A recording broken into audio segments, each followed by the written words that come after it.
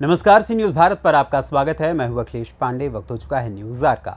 खबर मध्य प्रदेश के रीवा जिले से है, जहां समाजसेवी युवा नेता अविराज ने शहर में शिक्षा, रोजगार और स्वास्थ्य व्यवस्थाओं को लेकर एक निजी होटल में प्रेस वार्ता का आयोजन किया। आपको बता दें कि शिक्षा, स्वास्थ्य और रोजगार ये तीन सुविधाएं ऐसी हैं जो हर व्यक्ति को मिलनी बेहद जरूरी हैं, पर शहर में इन जरूरतों से आम जन और युवा वंचित हैं।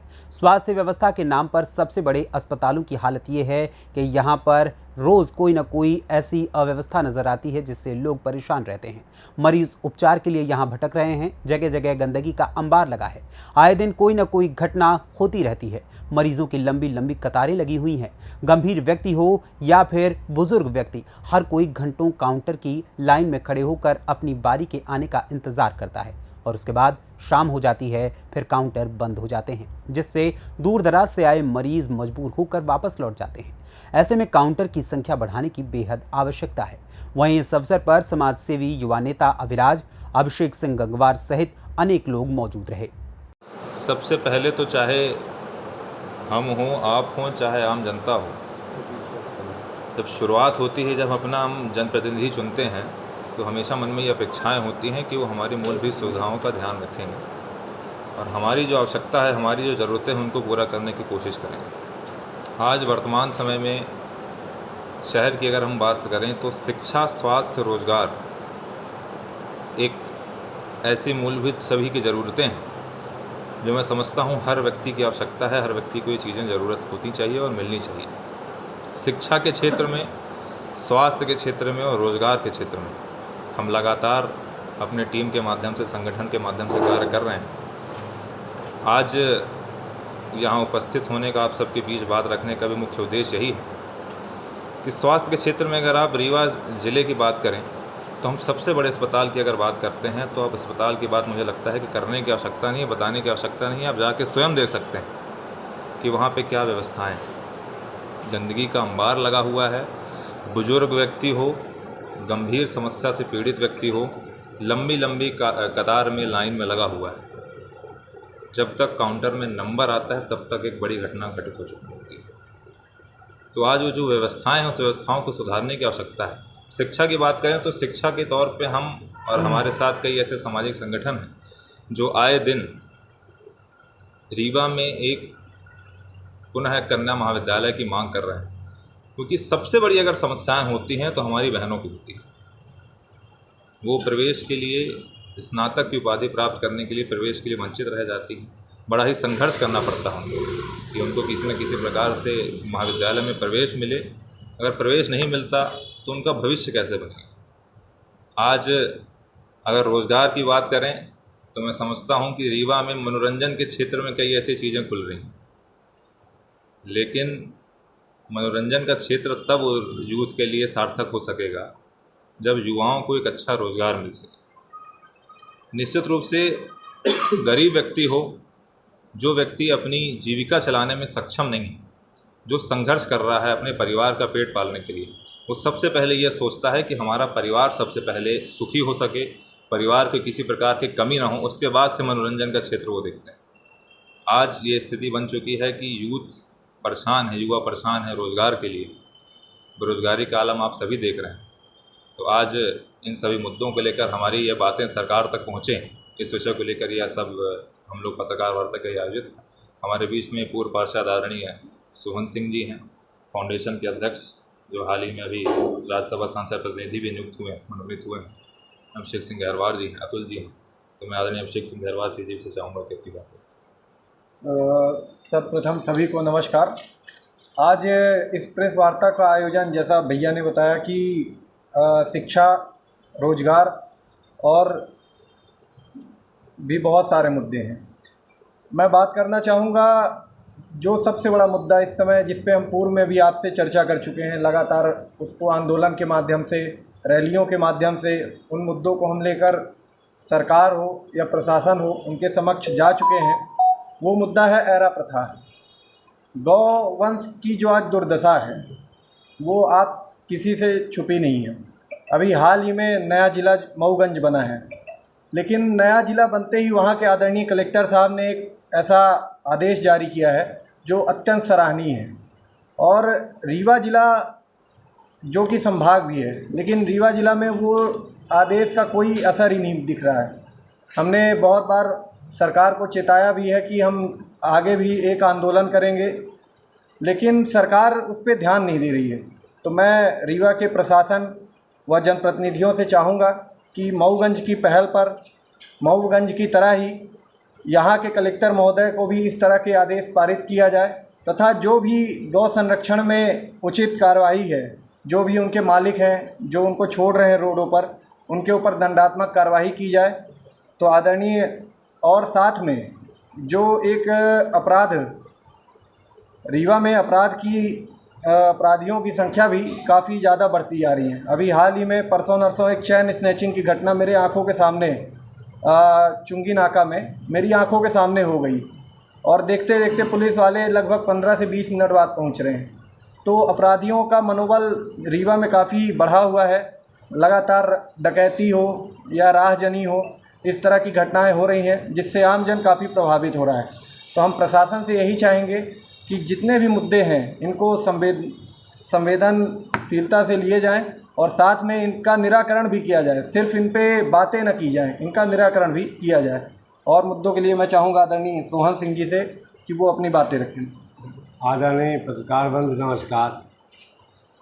आप लोगों के समक्ष पूरे यहाँ के हालात से अवगत हैं, लेकिन ख़ास तौर से रीवा शहर का सबसे बड़ा हॉस्पिटल सुपर स्पेशलिटी, यहाँ पे आयुष्मान कार्ड का लाभ गरीबों को नहीं मिल रहा, बुजुर्गों को नहीं मिल रहा। उनके लिए कोई आरक्षित सीट भी नहीं है। अगर वो लाइन में लगते काउंटर ही बंद हो जाता है। तो आयुष्मान कार्ड का लाभ तो सबको देना चाहिए। आयुष्मान कार्ड का लाभ उनको देते हैं वो लोग जो एडमिट होते हैं हॉस्पिटल में, लेकिन जो साधारण चेकअप कराने जाते हैं, कोई प्रॉब्लम होती है तो ये नहीं मिलती। दूसरी बात, यहाँ कुत्तों का बड़ा आतंक है। पालतू कुत्ते भी, स्ट्रीट डॉग भी, इतने कुत्ते हैं, बच्चों को काटते हैं, बड़ों को काटते हैं, लेकिन यहाँ रेबीज के इंजेक्शन नहीं है अस्पताल में उपलब्ध। अगर आप जाओ तो बोलते हैं इंजेक्शन उपलब्ध नहीं है।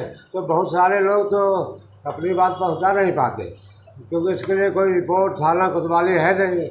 स्ट्रीट डॉग जो पालतू कुत्ते हैं, अभी आपने देखा होगा भोपाल में, इंदौर में कुत्तों का क्या कहते हैं वो हुआ है, लेकिन यहाँ पे तो कुछ नहीं हो रहा। ना कुत्ते पकड़े जा रहे हैं। इंजेक्शन की समस्या है मुख्यतः अस्पतालों में। हाँ, रेबीज के इंजेक्शन। हाँ, नसबंदी में वही बोला था। हॉस्पिटल की बात की, उसकी बदहाली और व्यवस्था के खिलाफ कई बार पीड़ित परिजनों ने अपना आक्रोश भी दिखाया है। क्या मानते हैं? अपना आक्रोश भी दिखाया है। क्या मानते हैं मैनेजमेंट में कहीं ना कहीं कमी दिख रही है? निश्चित रूप से कमी है। वो तो सबसे आपके सामने हमेशा ये व्यवस्थाएं सामने दिख जाती हैं, ये किसी से छुपी हुई नहीं है, बताने की आवश्यकता नहीं है। लेकिन व्यवस्था दिखती है, सड़कों पे लोग उतरते हैं, लेकिन उसका क्या निकलता है, असर क्या निकलता है, इस चीज़ पे बात होनी चाहिए। तो प्रशासन तक ये बात पहुँचे। हो सकता है चाहे यहाँ से क्या बातें बड़े स्तर पर पहुँचती नहीं पहुँचती, हर बात पहुँचती, लेकिन असर भी तो हो उस पर। विकास जी, आप लगातार समाज सेवा में जुड़े हुए हैं और नेताओं के संपर्क में भी लगातार मंच साझा करते हैं। ये सब मुद्दे नेताओं से नहीं रखते हैं आपको? सर के सबके साथ हमेशा दिखते हैं भाई साहब। मीडिया के माध्यम से हर व्यक्ति तक ये मुद्दा पहुँचता है। अभिषेक जी, आपने अभी कहीं ना कहीं क्राइम की बात की। हाल ही में 1-2 महीने के समय अंतराल में 2 घटनाएं ऐसी घटी जो सबको चौंका दी।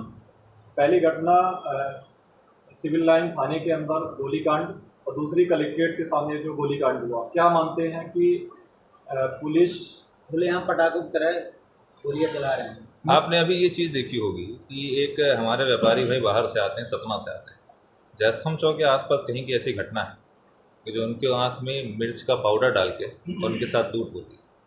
हर व्यक्ति के साथ ये घटना है। हर व्यक्ति डरा हुआ महसूस कर रहा है। इसको क्या आप किस एंगल से देखते हैं? क्या नशाखोरी की वजह से सारी चीज़ें हो रही हैं, या फिर आए दिन देखिए बहुत सारी गाड़ियां ऐसे चलती हैं जिसमें बिना नंबर प्लेट का चल रहा है, बहुत सारी चीज़ें ऐसे, इसको किस एंगल से आती है? शहर में हर जगह कैमरे लगे हुए हैं, तो अगर बिना नंबर प्लेट की गाड़ी की या जो आप बातें कर रहे हैं तो वो तो सर्चिंग होनी चाहिए, उस पर भी सामने बातें होनी चाहिए।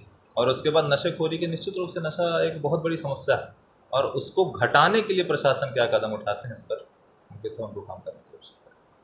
क्योंकि नशे का जो देखा जा रहा है, लगभग लगातार खेप बाहर से आ रही हैं और पकड़ा भी जा रहा है। लेकिन वो कम नहीं हो पा रही, क्योंकि ज़्यादातर देखा जाए खुलेआम लोग नशा करते देखे जाते हैं। और वो भी ऐसा क्या कारण है कि नशा पकड़ा भी जा रहा है लेकिन वो जो व्यापार है वो कम नहीं हो रहा है, क्या कारण है? अब ये क्या तो छोटे जो व्यवसायी हैं सिर्फ उनके ऊपर कार्रवाई हो रही, जो नशे के बड़े सौदागर उनके ऊपर कार्रवाई नहीं हो रही? बिल्कुल बात यही हो सकती है, क्योंकि देखा जाए तो ज़्यादातर जो माल अगर पकड़ा भी जाता है तो वो कुंटल 2 कुंटल 3 कुंटल के आसपास पकड़ा जाता है, लेकिन जो छोटे व्यापारी हैं वो खुलेआम बेच रहे हैं। बहुत से ऐसे अड्डे भी, पुलिस को भी वो अड्डे पता है, लेकिन वाकई पे उन पे क्या कार्रवाई हो रही है, क्योंकि पुलिस को अड्डे, आपने कहा पुलिस को अड्डे पता है लेकिन उनके ऊपर फिर भी कार्रवाई नहीं हुई। तो मैं कारण क्या है? किसका संरक्षण मुख्यतः है? भाई साहब आज बात करने का मुख्य उद्देश्य यही था कि सब चीज़ें जानकारी ऑलरेडी मीडिया के माध्यम से मिलती है, लेकिन उस पर कार्रवाई क्या होती है? कार्रवाई नहीं होती तो फिर उसका रास्ता क्या है ये हम सब डिसाइड करेंगे, आंदोलन के माध्यम से या किसी और माध्यम से, लेकिन उस पर कार्रवाई होनी चाहिए। मुख्य उद्देश्य यही है। ये जानकारी जो हम आज दे रहे हैं ये पहले भी जानकारी सबके माध्यम से पहुँचती है। आए दिन स्वास्थ्य के क्षेत्र में क्या रीवा में कार्य हो रहा है, आप देख रहे हैं कि आए दिन कुछ न कुछ दुर्घटनाएं मिली रहती हैं। हाल ही में एक बड़ी दुर्घटना एक बहन के साथ हुई, जो कि एक एक्सीडेंट होता है, उस पर कई लोगों ने चक्का-जाम किया, और क्या व्यवस्थाएं हैं, आए दिन मारपीट हो रही है। शिक्षा के क्षेत्र में क्या काम हो रहा है, हर चीज़ के बारे में जानकारी कहीं ना कहीं है, लेकिन उस पर कार्रवाई क्या होती है, मुख्य उद्देश्य को लेकर आज यही पत्रकार वार्ता है। सुधार के लिए आप क्या प्रयास कर रहे हैं? हम लगातार कदम उठा रहे हैं, लगातार हमारी गतिविधियां जारी हैं, लेकिन लगभग जब तक कोई व्यक्ति मैदान पे उतरता है उस पर भी देखना चाहिए। हम लगातार संघर्ष कर रहे हैं आंदोलन के माध्यम से भी, लेकिन ये बातें पहुँचे इसके बाद अगर क्या कार्रवाई होती है, अगर पत्रकार वार्ता से निदान नहीं निकलता। अभिलाष जी, मेरे 2 छोटे सवाल। जी। पहला सवाल ये कि आप बात करते हैं नशे की, तो अगर अपन नशे की बात करें तो निश्चित तौर पे ये माना जाए कि ये जागरूकता से इस पर अंकुश पाया जा सकता है। आपके द्वारा कितने ऐसे आंदोलन किए गए, पहला। दूसरा, आपने बात की शिक्षा की, तो हम उच्च शिक्षा पे न जाके हम जाते हैं बुनियादी उस पर। बुनियादी, चाहे वो बुनियादी शिक्षा में, चाहे वो प्राथमिक स्कूल हो, निजी हो या शासकीय हो, वहाँ पे जो उनका फीस स्ट्रक्चर है और तमाम चीज़ें हैं, आपके द्वारा या आपके संगठन के द्वारा ऐसे कितने आंदोलन किए गए हैं और कहाँ किए गए हैं, ये थोड़ा होगा। 2 सवाल आपने पूछे, पहले नशे पर। तो नशे पर मैं एक बात ये बता दूं कि जागरूकता से कितना समाधान हो सकता है ये आप जानते हैं। प्रशासन बहुत अच्छा काम कर रहा होगा निश्चित रूप से, कि लोगों को जागरूक करने का, संगठन भी काम कर रहे हैं, लेकिन उसके साथ साथ जनता को भी आगे बढ़ा रहे हैं। आपके संगठन में हमारे भी संगठन कार्य कर रहे हैं, अन्य संगठन भी कार्य कर रहे हैं, उसमें ये बात नहीं है कि सब हमारा संगठन कार्य कर रहा है। हर एक संगठन जो समाज के लिए काम कर रहा है वो भी नशे को प्रमुखता से लेकर कार्य कर रहा है, लेकिन उसके साथ साथ जनता को भी आगे आना पड़ेगा कि जनता भी जागरूक हो और जनता भी ये कदम उठाए कि नशा जहाँ अनैतिक गतिविधियाँ हो रही हैं उस पर एक्शन लेने के लिए वो भी जागरूक हो, वो भी अपनी बातें प्रशासन तक पहुँचाए, पुलिस तक वो बातें पहुँचे कि यहाँ पर अनैतिक गतिविधियाँ हो रही हैं, यहाँ पे अवैध रूप से नशा बिक रहा है। और दूसरी बात, जहाँ शिक्षा की जहाँ बात है, तो अभी हाल ही में आपने देखा होगा हम लोगों ने एक पैदल मार्च के माध्यम से भी प्रशासन तक पहुँचे थे, और अभी पत्रकार वार्ता के माध्यम से भी बातें हैं, आगे एक बहुत वृहद रूप से भी कार्यक्रम है। पत्रकार वार्ता गोवर्धन फाउंडेशन के माध्यम से की जा रही है। जी।